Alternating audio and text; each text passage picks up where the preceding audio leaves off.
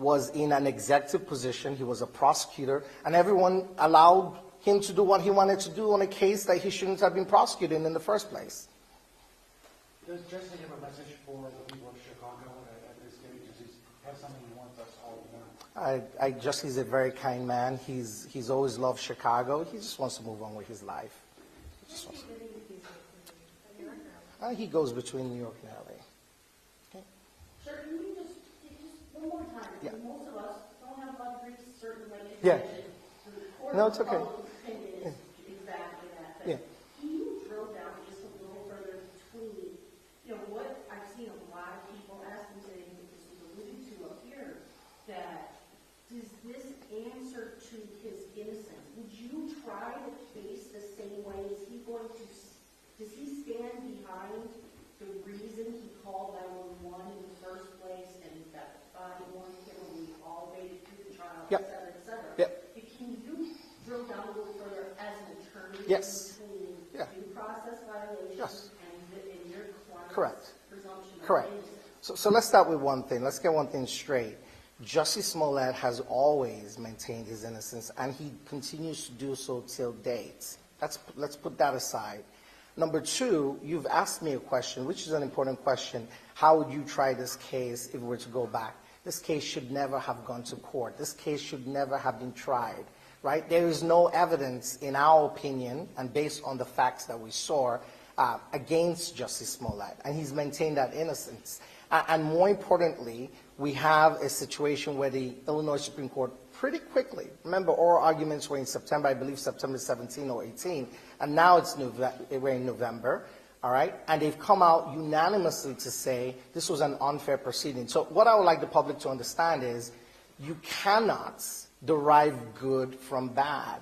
You cannot say, hey, the proceeding is unfair, but we're going to believe hook, line, and sinker everything that came from the proceeding. It doesn't work that way.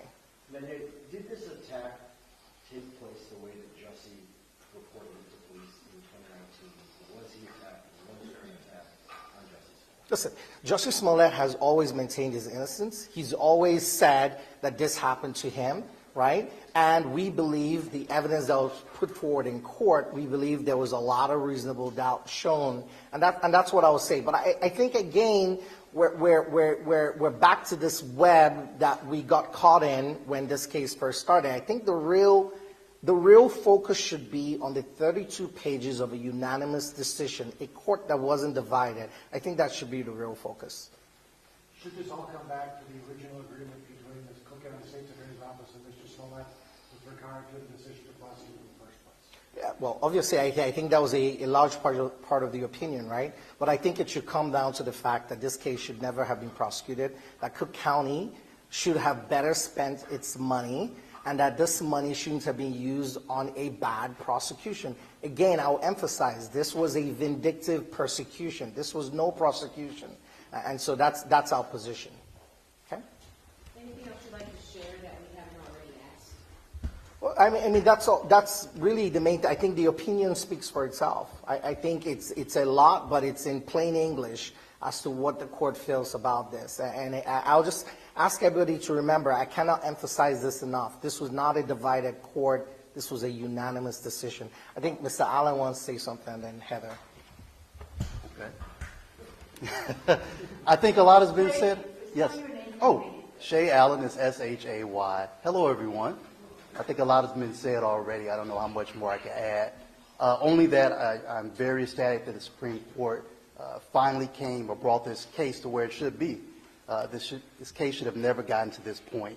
I think I said this when Jussie was released from the jail when I was out there. I said, none of us will want this to happen to us, that you make a deal with the prosecutor, that you have an agreement, and then they just take that agreement back and say, no, that's okay, and someone else comes to prosecute you. You don't want that to happen. So the Supreme Court made the right decision, the Supreme Court did the right thing, and they were united in that. So I think Jussie should be vindicated. I think everyone should now take a step back and really understand what happened here, that this was just an unfair prosecution, a persecution. And we're really glad that it came to this point. One last question that anyone can answer. If this from your mouth is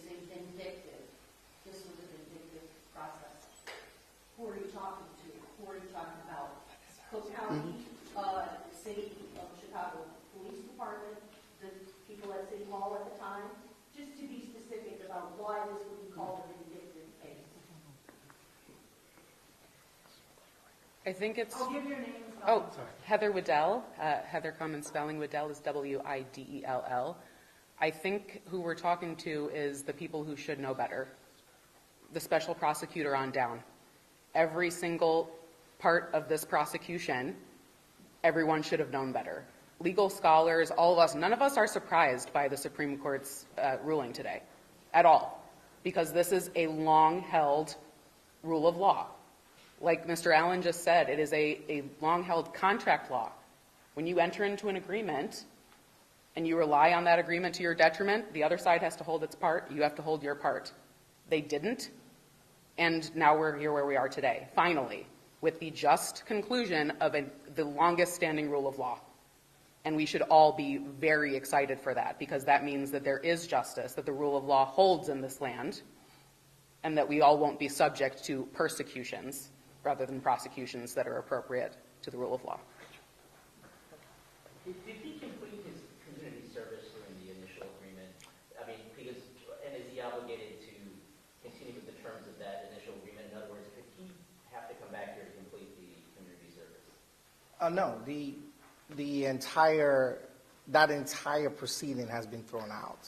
So everything else that is attached to it, he doesn't pay any fines, he doesn't pay, at least within the criminal proceeding, no restitution, he doesn't do anything. That entire proceeding has been deemed null and void by the court. I think what we're talking about is the original agreement between. Oh, I'm sorry. And, Oh, I apologize. Yeah, what the city of Chicago took his fine and kept it. They've always had his fine, right?